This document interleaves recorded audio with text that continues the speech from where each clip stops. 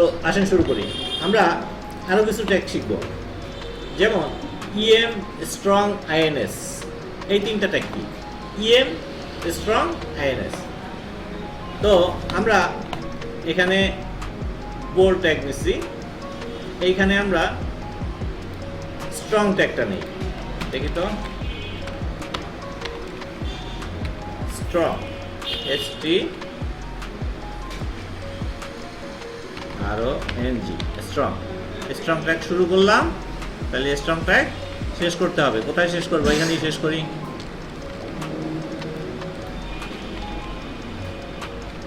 ঠিক আছে, শেষ করলাম, সেভ করলাম। দেখি তো কি হয়। স্ট্রং ট্যাগের কাজ কি আমরা দেখব। কি কাজ? সেম কাজ।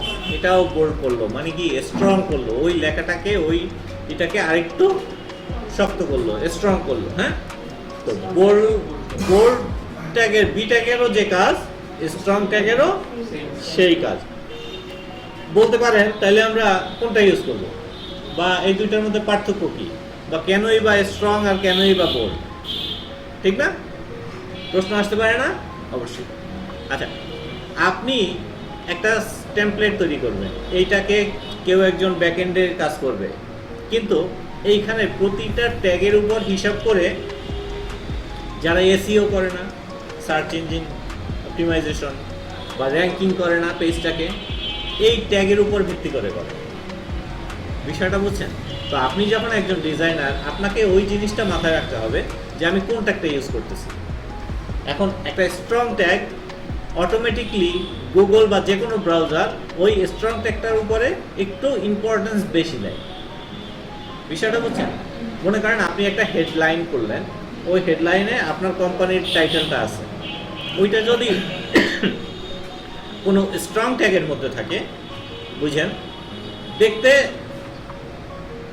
যাই লাগুক, ওটা ডিজাইন পার্টে ডিজাইন অনেকভাবে করা যায়, কিন্তু যদি এটা স্ট্রং ট্যাগের মধ্যে থাকে, তো অন্য নর্মালি বোল্ড ট্যাগের মধ্যে থাকার চেয়ে ওইটার 5% হলেও বেশি ইম্পর্টেন্স দিবে। দ্যাট মিনস কেউ যদি সার্চ করে আপনার ওই পেজটা, ওই ট্যাগটার কারণে ওইটা একটু অ্যাডভান্টেজ ও নিবে।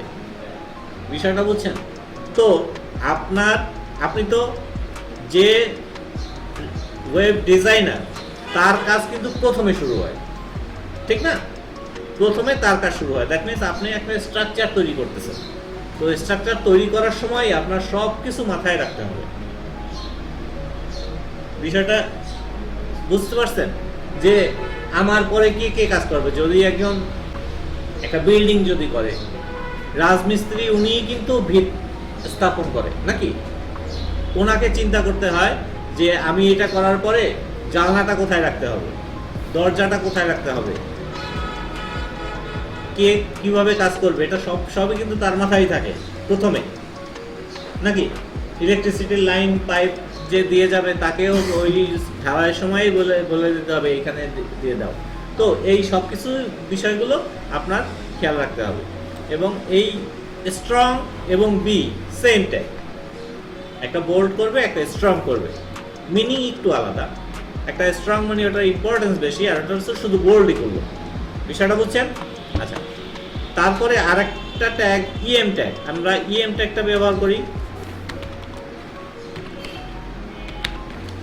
ইএম ট্যাগ শুরু, ইএম ট্যাগ শেষ,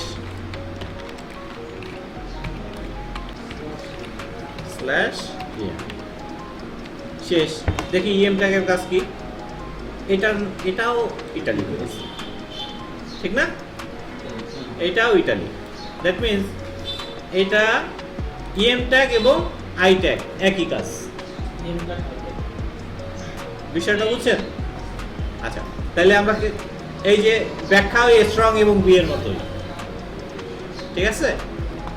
আবার আমরা আইএনএস ট্যাগ ইউজ করব। আইএনএস, তিনটা ট্যাগ বললাম না আমরা এইমাত্র? আচ্ছা, আইএনএস,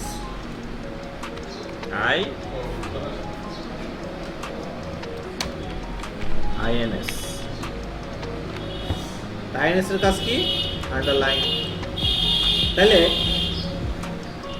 বিইউআই এই তিনটা ট্যাগ এবং স্ট্রং, ইএম, আইএনএস একই জিনিস। ঠিক আছে? স্ট্রং মানে কি একজনে বলেন? বোল্ড করে, স্ট্রং করে।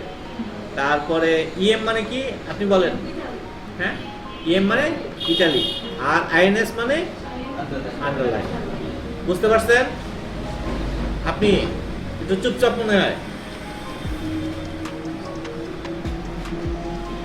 ঠিক আছে, আপনারা বলছেন? ওকে।